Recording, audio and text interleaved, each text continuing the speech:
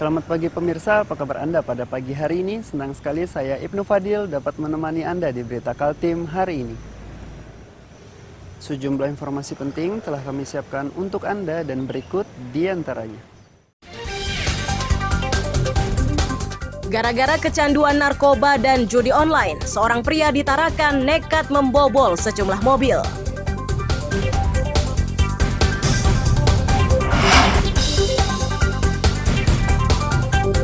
Kejaksaan Tinggi tetapkan tersangka kredit fiktif belasan miliar rupiah di Bank Kaltim Cabang Balikpapan.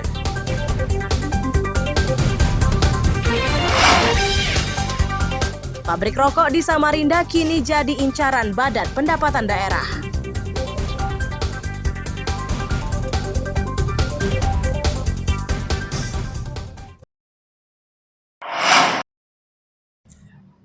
Dalam rekaman kamera pengintai ini, seorang pria di Tarakan nekat memanjat tembok untuk bisa masuk ke dalam mobil yang diparkir di halaman rumah.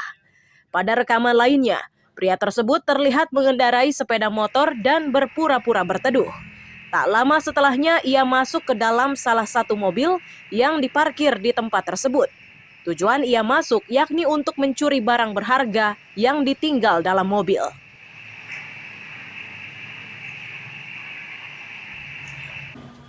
Kasat Reskrim Polres Tarakan menyatakan, dalam tempo 1 bulan pelaku sudah beraksi di 6 lokasi.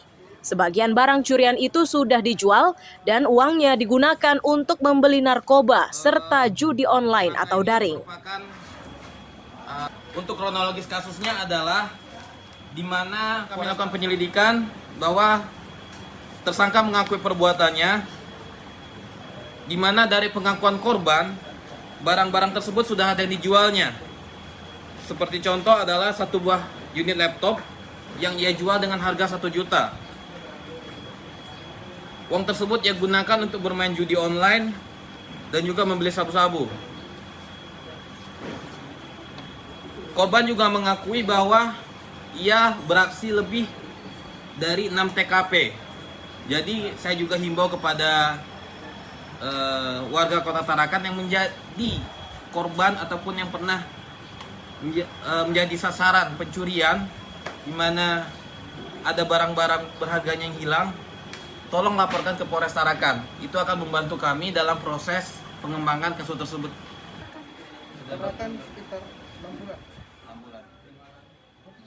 Untuk mempertanggungjawabkan perbuatannya, pelaku yang sudah ditetapkan menjadi tersangka itu terancam hukuman 12 tahun penjara. Mustafa melaporkan dari Tarakan, Kalimantan Utara.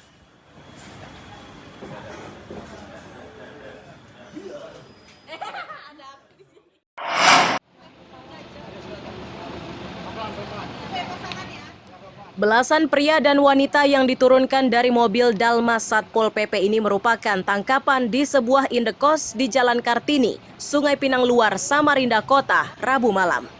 Belasan orang ini ditangkap berpasang-pasangan dalam 7 kamar. Kepala Satpol PP Samarinda menyatakan, informasi indekos dijadikan tempat menginap pasangan muda-mudi yang bukan suami istri diterima dari warga. Warga bertambah resah, cemas, karena rumah indekos itu saat siang hari kerap dijadikan tempat menginap pelajar. Untuk memastikan informasi tersebut, Satpol PP mengajak polisi dan tentara melakukan razia di rumah indekos tersebut.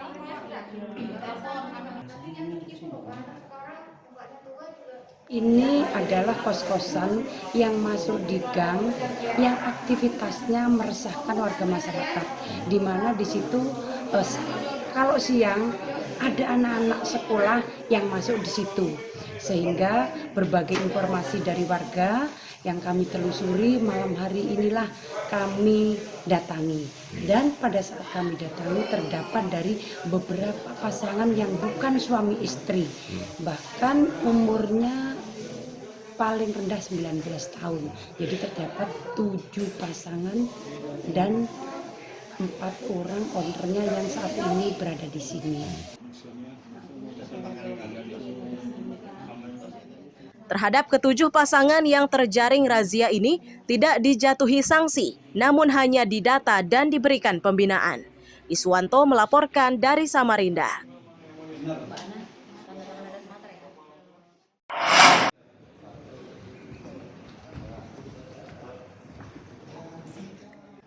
Pelaku pencurian yang berhasil diringkus polisi di Samarinda ini jumlahnya 25 orang dan salah satunya adalah wanita. Dari jumlah tersebut terdapat 3 orang sebagai penadah hasil curian. Bersama para tersangka, disita sepeda motor hasil curian sebanyak 20 unit. Kapolresta Samarinda menyatakan para pelaku diringkus melalui operasi Jaran Mahakam 2024. Dalam operasi yang berlangsung selama 21 hari itu, polisi menyisir kawasan rawan berdasarkan laporan dari korban pencurian. Ini khusus untuk kendaraan bermotor. Itu hasil dari operasi Jaran Mahakam 2024 ini total untuk perkara yang bisa diungkap yaitu ada 19 laporan polisi, kemudian untuk barang bukti yang berhasil diamankan ada 20 unit sepeda motor. Tersangka yang diamankan ada 25 orang. Untuk mempertanggungjawabkan perbuatannya, para tersangka dijerat pasal 363 KUHP dengan ancaman hukuman 7 tahun penjara. Iswanto melaporkan dari Samarinda.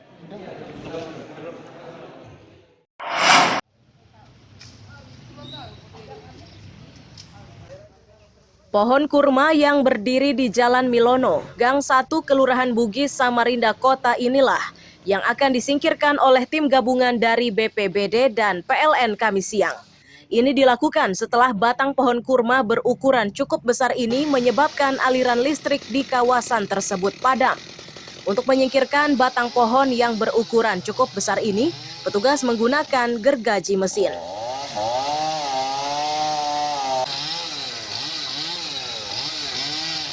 Terjadi pohon tumbang, yaitu satu buah pohon kurma. Kita mendapatkan laporan pada pukul 7.20 waktu itu kita tengah. Pohon kurma ini menimpa apa saja, Bang? Baik, pohon kurma ini menimpa pagar serta kabel listrik ya. Dan yang listrik alhamdulillah tidak apa-apa, cuma kabel yang perlu diamankan.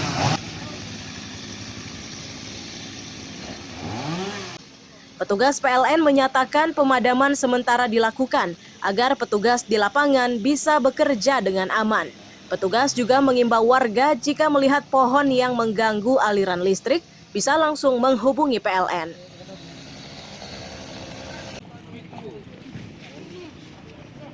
Rubuh ya, Mas. Pohon rubuh, Di Milono. Ini kami lakukan pemadaman dulu. Pemadaman agar aman ya. Untuk masyarakat diimbau misalnya ada pohon rubuh atau apa, koordinasi dulu sama PLN ya jika ada jaringan listrik atau yang mengganggu di lingkungan rumah ya. Misalnya ada listrik, untuk segera konfirmasi ke PLN biar kami tanganinnya.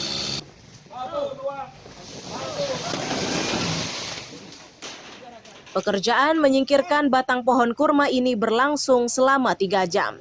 Iswanto melaporkan dari Samarinda.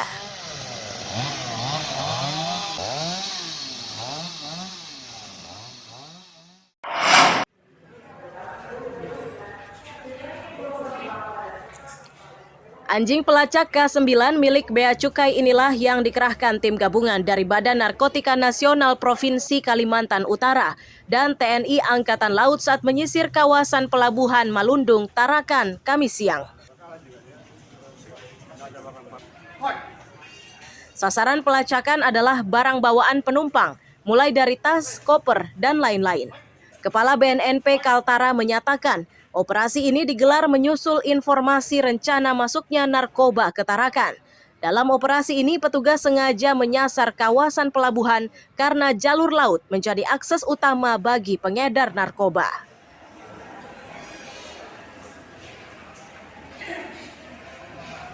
Tujuannya adalah untuk melakukan pencegahan terhadap peredaran narkotika di wilayah Kalimantan Utara. Nah, ini kita lakukan karena ada informasi intelijen bahwa pengiriman barang itu melalui pelabuhan. Jadi kita lakukan, kita koordinasi dengan Bea Cukai, kemudian dengan TNI AL, baru kita lakukan kegiatan ini. Kita melibatkan Kimen milik Bea Cukai, ya, yang didatangkan dari Balikpapan, ya, dari Balikpapan. Kenapa? Karena X-ray yang di sini belum bisa mendeteksi narkotika, tetapi ada X-ray yang bisa melihat, biasa digunakan di sini untuk barang-barang dari luar, itu bisa juga digunakan, tetapi dia tidak secara spesifik gunanya untuk X-ray narkotika. Yang ada di muka. Oleh karena itu kita menggunakan anjing pelacak atau Kimen.